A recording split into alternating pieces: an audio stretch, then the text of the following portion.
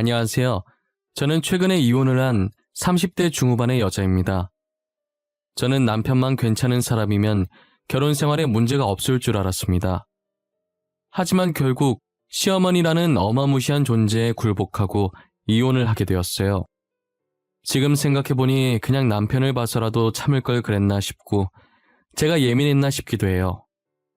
그렇지만 이혼을 하지 않으면 남편이 시댁과 연을 끊지 않는 이상 시어머니와는 계속 부딪혀야 하니까 어쩔 수 없는 선택이었던 것 같아요. 저희 시어머니는 정말 허영심으로 똘똘 뭉쳐있는 분이었어요. 겉모습은 꽤나 있는 사람 같지만 실상은 쥐뿔도 없는 사람이셨어요. 일단 제 이야기부터 시작해볼게요. 저는 어렸을 때 아버지께서 병으로 일찍 돌아가셨었어요. 아버지께서는 모태 짠돌이셨는데 용돈 받던 시절부터 죽는 날까지 최대한 아끼면서 모아둔 재산이 정말 많았어요. 어머니께서는 늘 그런 아버지를 보고 죽어서 들고 갈 것도 아닌데 왜 이렇게 미련하냐고 했지만 사람 일은 모르는 것이라면서 자신이 갑자기 사라지게 되면 남은 가족들은 어떻게 하냐고 하셨었어요. 그렇게 모아오신 아버지 돈으로 가족을 먹여 살려야 하니 어머니께서 일을 시작하셨어요. 어머니께서는 할 수 있는 게 요리뿐이라며 분식집을 조그맣게 운영하시게 되었죠. 대학로 쪽에서 일을 시작하셨는데 얼마 뒤 그 대학 근처에 초등학교도 생긴 거예요. 새로 생긴 초등학교 덕분에 점차 장사가 잘 되기 시작했었는데 조미료를 전혀 쓰지 않는 집으로 유명해져서 돈을 많이 벌게 되었어요. 오빠가 하나 있는데 짠돌이 아버지께서 오빠에게만 지원을 아끼지 않았었고 저는 딸이라고 학교만 다니고 따로 학원을 다니지 않았었습니다. 대신 오빠가 주말마다 제 공부를 따로 봐주곤 했었어요. 전교 1등 오빠를 둔 덕분에 저도 전교 1등까지는 아니더라도 항상 상위권에서 놀고 있었어요. 대학도 나름 알아주는 4년제에 입학을 하게 되었답니다. 어머니께서는 그런 제가 기특하다며 가게를 운영하시면서 아버지께서 못해줬던 것 이제라도 해주겠다며 등록금을 지원해 주셨어요. 저는 고등학생 때부터 패션에 관심이 많았어서 패션 디자인 학과를 나왔어요. 항상 저를 이쁘게 봐주셨던 교수님이 계셨는데 꼭 성공했으면 좋겠다는 인재라며 자신의 모든 인맥을 동원해서 제가 첫 발을 잘 내디딜 수 있게 해주셨어요. 현재는 주얼리를 전문적으로 하면서 가끔 옷들도 외주를 받고 있어요. 제가 평소에는 안 그런데 업무에 있어서는 완벽주의자라 되게 까다롭고 엄격하지만 그만큼 일처리가 깔끔하니 다른 기업들이 좋아해 주시고 외주가 많이 들어오는 편이었어요. 동기들은 조금만 관심 받아도 더 유명해지고 싶어서 인터뷰가 들어오면 무조건 하더라고요. 저는 동기들 중에 제가 제일 유명했지만 얼굴이 알려지는 걸 별로 좋아하지 않는 성격이라 인터뷰가 들어와도 항상 거절하기 바빴어요. 괜히 구설수에 올라가는 게 싫어서 다른 사람들과 친목도 잘하지 않았었어요. 그래서 아는 사람들만 아는 디자이너로 업계에 유명했었죠. 친목을 하지 않는다고 해서 집에만 있는 건 아니었어요. 제가 혼자서 전시회 가는 걸 엄청 좋아했었거든요. 저는 사진 전시회보다 그림 전시회를 가는 것을 좋아했어요. 또 유별나서 유명한 화가보다는 이제 막 그림을 시작한 화가의 전시회만 다녔었어요. 저는 어김없이 신인 화가의 전시회에 갔고 한 그림을 보고 되게 감명을 받아서 자리 이동도 하지 않은 채 한동안 그 그림만 쳐다보고 있었던 것 같아요. 그리고 뭔가에 홀린 듯이 그림을 사서 작업실에 걸어놨죠. 그렇게 제 일상은 작업실과 전시회 방문의 반복이었었어요. 친구는 반복되는 일상이 지겹지도 않냐면서 남자를 한 명 소개시켜줬었어요. 그 남자가 바로 지금 저의 남편인데요. 남편의 첫인상은 정말 최악 중에서도 최악이었었어요. 남편이 저랑 대화를 나누면서도 계속 따분하다는 표정으로 일관하더라고요. 저도 솔직히 좋아서 나온 건 아니어서 그냥 자리를 박차고 나가려다 친구가 소개해준 거니 친구 입장을 생각해서 분위기 망치지 않으려고 노력을 많이 했어요. 그런데 맞춰주려고 혼자 떠드는 저도 점점 지치기 시작하더라고요. 그때 갑자기 전시회가 생각이 났지 뭐예요? 전시회는 입 다물고 볼 수 있는 곳이기도 하고 제가 좋아하는 곳이잖아요. 그래서 근처에 전시하던데 갈 생각 있냐고 물어봤어요. 혹시 전시회 좋아하세요? 근처에 전시회 하는 것 같던데 갈 생각 있으세요? 안 가고 싶으면 안 가고 싶다고 말씀하셔도 돼요. 전시회요? 너무 좋죠. 평소에도 전시회 좋아하세요? 최근에 전시회 가신 적 있으세요? 네. 저는 사진 전시회는 잘 안 가고 종종 그림 전시회 많이 가요. 그림 보고 있으면 이상하게 마음이 편안해져서요. 얼마 전에도 갔다 왔어요. 저도 그림 보면 마음이 편안해져서 심란할 때 전시회 가는데 주로 어떤 화가 전시회에 자주 가세요? 저는 이제 막 그림을 시작한 화가의 전시회를 주로 가요. 처음 시작하는 그 서툰 붓질이 너무 좋거든요. 뭔가 붓자국에 설레는 감정이 들어있는 기분이라서요. 전시회라는 말에 줄곧 따분해 보이던 남편의 얼굴에 화색이 돌기 시작하더라고요. 저는 남편이 그렇게까지 말이 많은 사람인 줄 몰랐어요. 좋아하는 분야가 나오니 신나서 조잘조잘 거리는 모습을 보니 싫진 않더라고요. 해맑게 어린아이같이 신나하는 남편이 조금 귀여워 보이기까지 했어요. 저는 전시회를 갔다 와서 남편에게 호감을 느꼈고 용기 내서 애프터 신청을 했어요. 남편도 제가 마음에 들었는지 알겠다고 하면서 수줍게 웃어 보이더라고요. 그렇게 저희는 전시회를 보러 다니면서 진지하게 만나기 시작했어요. 4년 정도 만나니 취향도 취미도 비슷한 남편과 결혼을 하고 싶다는 생각이 들었어요. 그래서인지 제 작업실을 누군가에게 잘 안 보여주는데 남편에겐 보여주고 싶었죠. 그런데 남편이 작업실에 걸려있는 그림을 보고 놀라더라고요. 자기야, 이 그림 뭐야? 이게 왜 여기 있어? 자기가 이 그림 산 거야? 어떻게 이게 여기 있을 수가 있지? 그거? 자기랑 만나기 전에 혼자서 전시회 갔을 때 샀었어. 근데 그게 왜? 이쁘지 않아? 내가 저 그림을 딱 보는데 마음이 뭉클하다고 해야 하나? 이상한 감정이 들더라고. 저 그림 내 그림인데? 나 전시회 3번 정도 하고 그림 접었었거든. 이때까지 이 그림 말곤 팔린 적이 없어서 도대체 누가 산 건지 너무 궁금했는데 그게 자기라니. 아, 진짜? 진짜 신기하다. 어떻게 이런 우연이 있지? 근데 왜 그만뒀어? 다시 시작해봐. 난 자기 그림 좋은 것 같아. 가끔 작업하다 힘들 때 저 그림 보고 있으면 편안해지던데? 정말? 내가 다시 해도 될까? 근데 다시 하기엔 너무 늦은 거 아니야? 그냥 다니던 회사나 잘 다닐래. 자기 말고는 내 그림에 아무도 관심이 없을 것 같아. 아니야. 아직 안 늦었어. 우리 다시 해보자. 내가 옆에서 열심히 응원해줄게.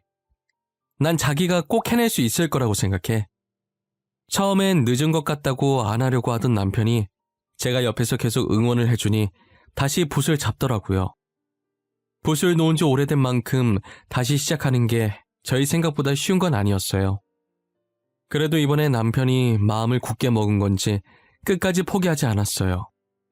저는 남편이 능력이 있고 없고를 떠나서 인품이 너무 좋은 사람이라 결혼하고 싶었어요. 제가 결혼하자고 하자 남편이 계속 고민을 하길래 미래 일은 나중에 생각하자고 당신이 돈 못 벌어도 내가 벌면 된다고 결혼을 밀어붙였어요. 저는 인사를 드리러 과일 바구니와 한우 세트를 들고 남편의 집에 방문했어요. 제가 남편에게 주얼리 디자이너라고만 하고 구체적인 얘기는 하지 않았었거든요. 그래서인지 시어머니께서는 제 직업을 마음에 들어 하지 않으셨어요. 그래, 아들한테 얘기 많이 들었어. 대충 주얼리 그림 그려서 파는 일을 한다고 하던데 맞니? 우리 아들 화가야. 지금은 저러고 있어도 곧 전시회하고 유명해질 거라고. 근데 넌 고작 주얼리 그림 판다고? 어머님, 고작 주얼리 그림 파는 사람이 아니고요. 정확한 직업 명칭은 주얼리 디자이너입니다. 먹고 사는 게 걱정이시라면 크게 걱정하실 필요가 없으실 것 같아요. 둘이 먹고 살 정도는 벌어요. 그래 그건 그렇다 치고 아버지도 없이 홀어머니에 떡볶이 장사를 한다고? 집안이 튼튼해야 걱정 없이 장가를 보내든지 할 텐데 이게 영 시원치 않은 집안이네. 저희 둘이 좋아서 결혼하는 건데 집안이 무슨 상관인지 모르겠어요. 둘이서 안 굶고 입에 풀칠할 수만 있으면 되는 거 아닐까요? 어째 한마디도 안 지려고 하는구나. 그래, 자존심이라도 있어야지. 일단 우리 아들이 좋다고 하니까 결혼은 허락하마. 혼수는 내가 정해서 리스트 보내줘도 되겠니? 어찌저찌 결혼을 승낙받고 집은 시어머니께서 해주신다고 하시길래 제가 혼수를 해가기로 했어요. 그리고 저희 집에 인사를 갔는데 저희 어머니는 제가 좋으면 된 거라고 흔쾌히 허락해 주셨죠. 저희 둘은 결혼하고 정말 누구보다 행복했어요. 결혼하고 보니 남편은 제가 알고 있던 것보다 훨씬 더 좋은 사람이더라고요. 연애하던 시절보다 더 저를 아껴주고 사랑해 주었어요. 하지만 시어머니 때문에 저희 결혼 생활이 조금씩 삐그덕거리기 시작했죠. 시어머니께서는 자신의 친구들과 비교하면서 계속 겉모습에 치장을 하려고 하셨어요. 저는 초반에 제가 디자인한 주얼리들을 시어머니께 몇 번 선물로 해드린 적이 있어요. 그런데 시어머니께서는 제가 준 선물을 화장대에 아무렇게나 올려둔 채 잘 안 끼고 다니셨죠. 진짜 어쩌다 가끔 한 번씩 끼시곤 하셨어요. 저희가 원래 결혼할 때 돈 관리와 부모님 챙기는 건 각자 하는 걸로 합의 봤었거든요. 그래서 제가 잘 보이려고 초반에 선물로 좀 해드리다가 시간이 흐르면서 안 해줬었어요. 어차피 선물로 만들어서 드려봤자 아무렇게나 던져두고 잘 안 하시니까요. 시어머니께서는 값비싼 제품을 알아서 잘 사고 다니시길래 본인 돈으로 사는 건가 했죠. 결혼할 때 집도 바로 해주신 분이니 당연히 돈이 많은 집안이라고 생각했어요. 그런데 남편이 갑자기 월급 받으면 주겠다고 하면서 제게 돈을 빌리는 거예요. 여보, 진짜 미안한데 내가 월급 받으면 바로 줄 수 있거든? 나 돈 조금만 빌려주면 안 될까? 나 당장 쓸 돈이 없어서 그래. 당장 쓸 돈이 없다니? 지금까지 모아둔 돈 없어? 여태 돈도 안 모으고 뭐 한 거야? 우리 축의금 반만 나는 건 어떻게 했는데 그것도 벌써 다 썼어? 아니 사실 어머니가 돈 좀 달라고 하길래 줬어. 급하게 쓸 곳이 있다고 하길래. 진짜 급해 보이시더라고. 그래서 일단 드렸지. 뭐? 어머니가 그걸로 뭐 하신다고 하시던데. 급하게 어디다 쓰신다던데. 명품 사겠다고 저러는 거 아니야? 요즘 어머니 백화점을 자기 집 드나들 듯 하시던데. 그게 한정판이라서 지금 아니면 못 구하는 거라고 무조건 사야 된다는 거야. 자기 친구들 다 사는데 혼자만 안 살 순 없다고 하셔서. 알고 보니 남편의 월급으로 시어머니께서는 사치를 부리고 계시더라고요. 저는 차마 남편한테 화는 못 내겠고 바로 시어머니께 전화해서 따졌어요. 어머니, 한정판 살 거라고 저희 신랑한테 돈 달라고 하셨다면서요? 어머님이 사고 싶은 건 어머님 돈으로 사셔야죠. 왜 남편 돈을 가져가세요? 내가 내 아들한테 돈 달라고 하는데 네가 무슨 상관이니? 네가 나한테 돈 주는 것도 아니면서 어디서 시애미를 가르치려고 들어? 가르치려고 드는 게 아니라요. 어머니 때문에 용돈도 없이 생활하는 남편이 불쌍해서 그래요. 회사 생활하는데 아들이 돈도 한 푼 없이 다니는 걸 바라시는 거예요? 우리 아들이 왜 돈이 없어? 너 결혼한다고 할 때 뭐라 그랬어? 둘이 먹고 살 정도는 번다며. 그럼 남편 용돈 모자랄 때 좀 주고 그래야지. 안 그래? 어머님이 돈을 안 가져가셨으면 애초에 용돈이 모자랄 일도 없죠. 앞으로 그 이 돈 가져가려고 하지 마세요. 앞으로 남편 돈 가져가지 말라고 하자 시어머니께서는 적반하장으로 화를 내시더라고요. 시어머니의 사치는 날이 갈수록 대단해져 갔어요. 그리고 제가 자신을 가르치려고 들었다고 생각하고 그게 안 입고 왔는지 저희 집을 자기 집 드나들듯 와서 참견하고 시집살이를 시키시더라고요. 처음엔 반응 안 해주면 제 풀이 죽어서 안 할 줄 알고 무시하면서 그러려니 했죠. 하지만 구박하는 강도가 점점 심해지더라고요. 저희 집 구석구석을 돌면서 괜히 손가락으로 쓰면서 먼지 나왔다고, 이 먼지들 때문에 자기 아들 기관지 안 좋아진다고 소리 지르기는 기본이고요. 이불도 하루에 한 번씩 빨라는 둥, 청소기는 2시간마다 한 번씩 계속 밀라는 둥, 정말 말도 안 되는 트집을 잡으시면서 구박을 하더라고요. 없는 집안에 우리 집에 시집을 왔으면 집안일이라도 잘해야지. 집안꼴이 이게 뭐야? 이래서 내가 우리 아들을 너한테 맘 편히 맡길 수 있겠어? 어머님, 진짜 저한테 왜 그러세요? 어머님은 이불 하루에 한 번씩 빠세요? 청소기 2시간마다 한 번씩 돌리시냐고요? 저희 집은 제가 알아서 할게요. 그만 좀 하세요. 아주 시엠이 잡아먹겠다. 이래서 집안에 여자가 잘 들어와야 해.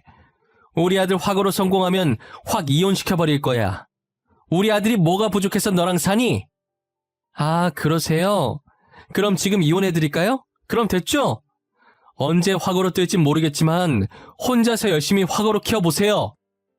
저는 시어머니께 소리를 지르고 바로 짐을 싸서 그대로 친정집으로 갔어요. 남편에게는 이혼하겠다고 문자만 남기고 폰을 꺼놨습니다. 친정집에 도착하자마자 어머니한테 하소연을 하기 시작했어요. 마침 친정에 오빠네도 와 있더라고요. 엄마, 나 더 이상 못 살겠어. 이혼할 거야. 그런 줄 알아.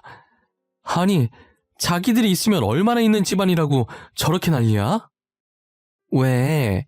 무슨 일이야? 연서방이랑 싸웠어?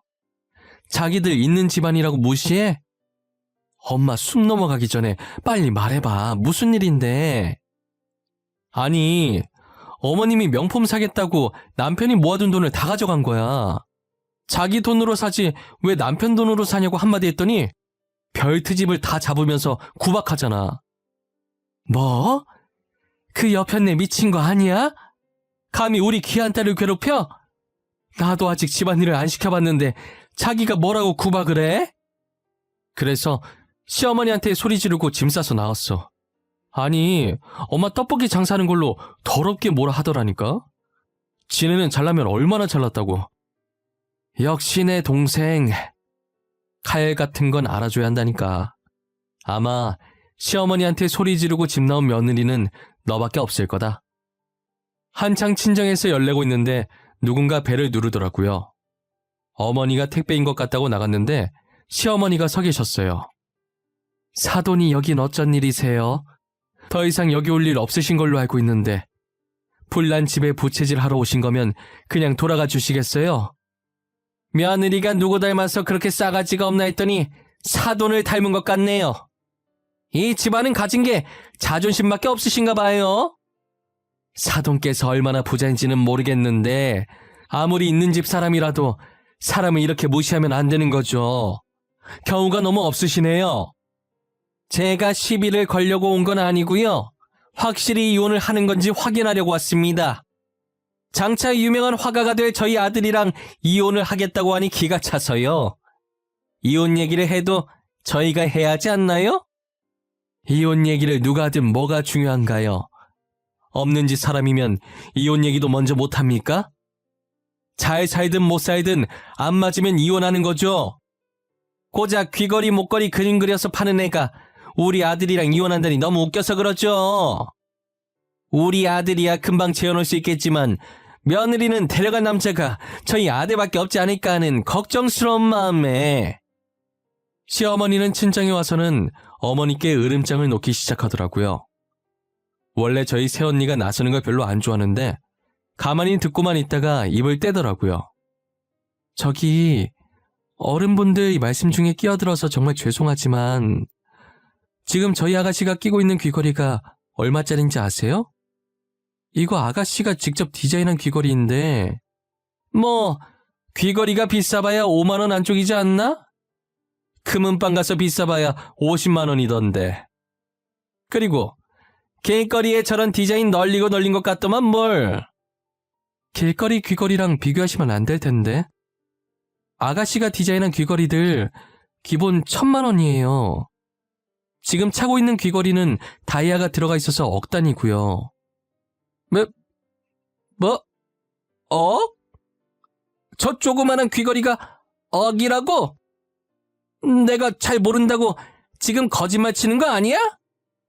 아가씨가 얼굴이 안 알려져서 그렇지 패션 디자인 업계에서는 꽤나 알아주는 사람이에요. 다들 아가씨 디자인 받으려고 줄 서는 거 모르시죠? 새언니는 표정 하나 안 바뀌고 침착하게 시어머니께 말을 이어나갔어요. 시어머니는 귀걸이 가격을 듣고 입을 있는 대로 벌려서 놀라시더라고요. 그리고 저희 어머님 떡볶이 장사하시는 걸로도 뭐라고 하셨다던데 장사한다고 못 사는 거 아니에요. 그 건물이 2층짜리 작은 건물이긴 해도 저희 어머님 건물이고 1층에 원룸 3개 있는 거 월세 받고 사세요. 새아가, 너는 집안이 잘 살면 잘 산다고 나한테 말을 해줬어야지. 제일 중요한 얘기를 빼면 어쩌자는 거야? 결혼은 둘이 좋아서 하는 건데 굳이 제 집안을 말할 필요가 있나요? 둘이서 잘 먹고 잘 사면 되는 거 아니냐고 결혼 전에도 제가 말했던 것 같은데요. 시어머니는 새언니의 말을 듣고 얼빠진 상태로 있었다가 정신이 든 건지 안색이 안 좋아졌어요. 저희 집에 냉기가 도는 와중에 남편이 문자를 받고 뒤늦게 헐레벌떡 친정으로 들어왔어요. 그리고는 오자마자 시어머니를 붙잡고 무조건 잘못했다고 빌라고 하더라고요. 엄마, 내가 엄마 일칠 줄 알았어. 당장 잘못했다고 그래. 무조건 잘못했다고 하라고. 진짜 아들 이혼당하는 꼴 보고 싶어서 그래? 내가 하지 말라고 그랬잖아. 너 알았어? 새아가 집안이 어떤 집안인지 알고 있었냐고. 너도 알면서 나한테 말 안 한 거야? 그게 무슨 소리야. 장모님 집안이 어떤 집안인데. 나 모르는데? 나 한 번도 집사람이랑 집안 얘기한 적 없어. 새아가, 내가 정말 미안했다. 1000번이고 10,000번이고 잘못했어.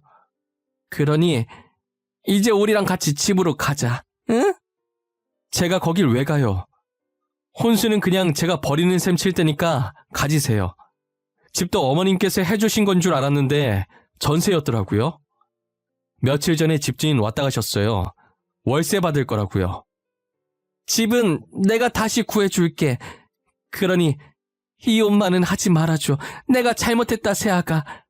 내가 이렇게 비마, 어? 이렇게 빌어도 안 되겠니? 이 불쌍한 늙은이 봐서 안 되겠어? 어차피 이혼할 건데 저한테 빌 필요 없으세요.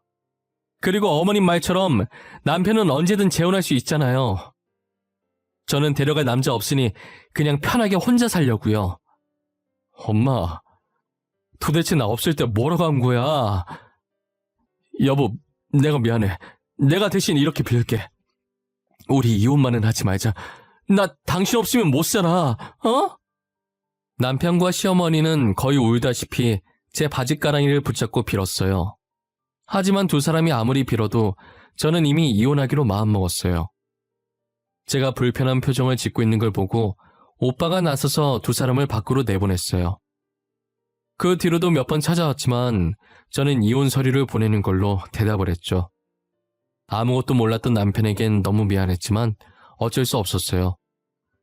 저는 허영심만 가득 찬 시어머니를 버틸 자신이 없었거든요. 이제 저희 집안이 어떤지 알았으니 제게 어떻게든 뭐 하나라도 얻어내려고 하시겠죠. 상상만 했는데도 벌써 스트레스를 받을 지경이었어요.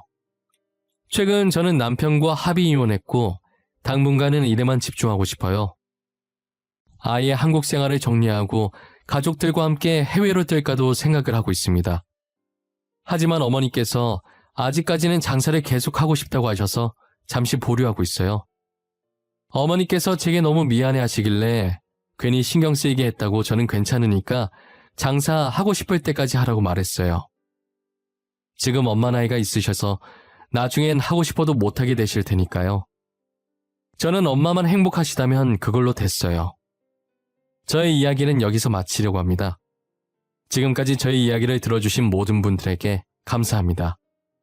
올 겨울 사랑하는 가족들과 따뜻하게 보내시기 바랍니다.